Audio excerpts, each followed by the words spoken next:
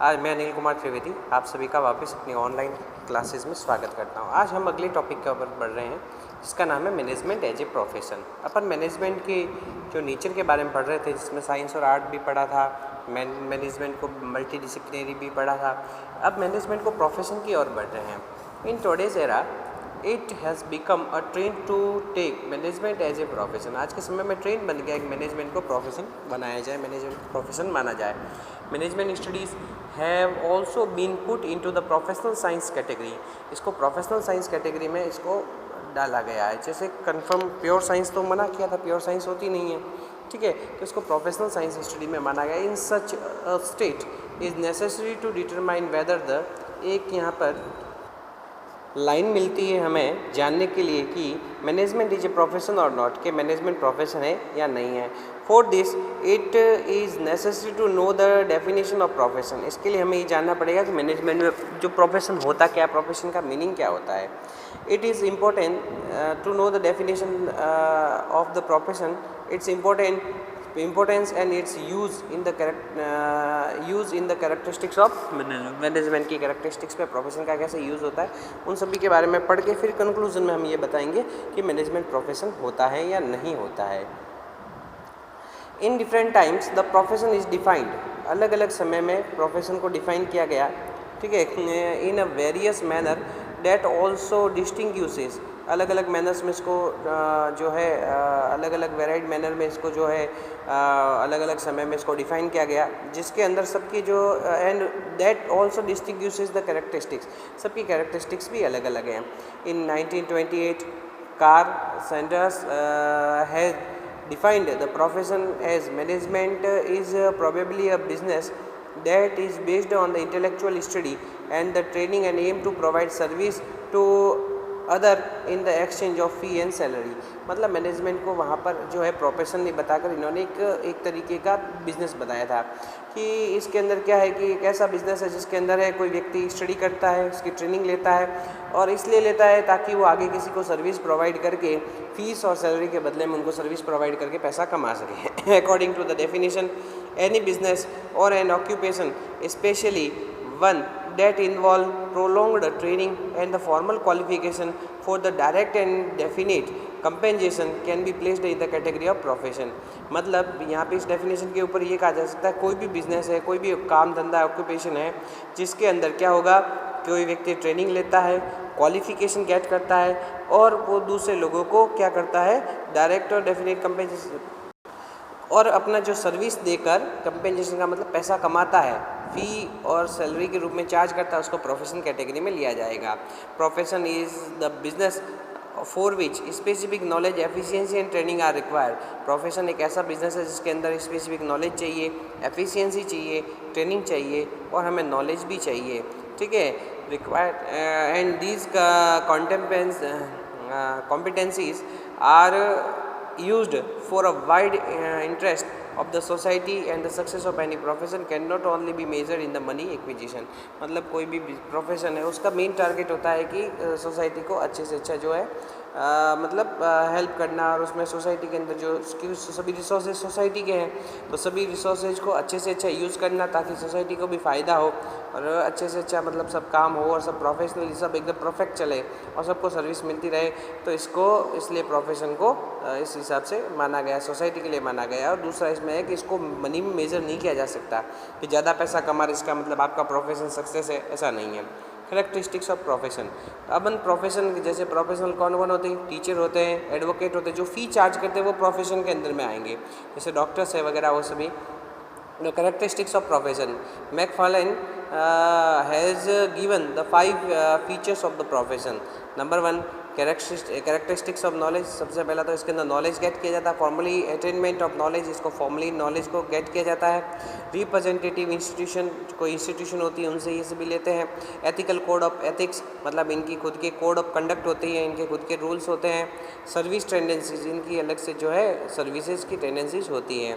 If the management is viewed in the term of all these characteristics, इन सभी अगर तरीके से इन सभी कैरेक्टरिस्टिक्स के हिसाब से मैनेजमेंट को देखें तो management has involved the specific branch of knowledge and many institutions are indulged in the expansion of his knowledge, this knowledge, so management can be placed in the category of profession. First इसमें क्या है, characteristics of knowledge, तो इसके लिए बहुत सारी institution है खोली गई है और जहाँ पर जो है अलग अलग ब्रांचों की जो है मैनेजमेंट के अलग अलग ब्रांच के लिए सबको जो है नॉलेज दिया जाता है। तो इसका फर्स्ट पॉइंट है जो बराबर मिल रहा है प्रोफेशन के हिसाब से, इसलिए मैनेजमेंट को फर्स्ट पॉइंट के हिसाब से प्रोफेशन कहा जा सकता है। सेकेंड है the formal arrangement and system to attain such a knowledge and provide degree for the same, for example degree of Bachelor of Business Business Administration BBA, Master in Business Administration MBA, and so far the management can be kept in the category of profession. But the other side there is that the MBA degree for the manager is not necessary.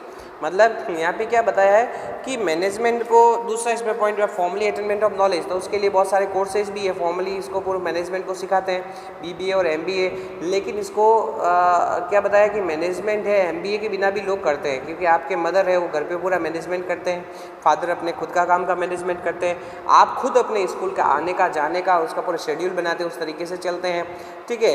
तो आप बिना degree के भी manager बन सकते हैं। तो a person without any professional degree can also भी मैनेजर, क्योंकि आप भी अपने जीवन के मैनेजर हैं, तो हर व्यक्ति जो है मैनेजर बिना डिग्री के बन सकता है। Therefore the management can not be considered as the profession on this basis, इस बेसिस पे मैनेजमेंट को इसमें प्रोफेशन नहीं माना जा सकता है। नेक्स्ट है रिप्रेजेंटेटिव इंस्टीट्यूशन। अब इनके रिप्रेजेंटेटिव इंस्टीट्यूशन के बारे में पढ़ेंगे। इसका मतलब यहाँ पे ये शो करता है कि इनके लिए कोई अलग से इंस्टीट्यूशन बनाई गई है कि नहीं है। जैसे एडवोकेट के लिए होती है बार काउंसिल ऑफ इंडिया, या इनके लिए होती है मेडिकल काउंसिल ऑफ इंडिया में जो डॉक्टर्स के लिए, नर्सिंग काउंसिल ऑफ इंडिया जिसको इंडियन नर्सिंग काउंसिल भी बोलता है, INC जो नर्सेज के लिए होती है, तो इसी और CA के लिए ICAW वगैरह। तो there are representative institution in the relation to the medical and law like other ancient and established establishment such as All India Management Association of India, American Management Association of United States, but for manager institution membership is not imperative as the case of medical and law, so the management cannot be placed in the profession। जैसे medical में medical council of India का member होना बहुत ज़्यादा ज़रूरी है, nurses में INC का मेंबर होना बहुत ज़रूरी है, CA के लिए ICAW का मैनेजमेंट मेंबर होना बहुत ज़्यादा ज़रूरी है।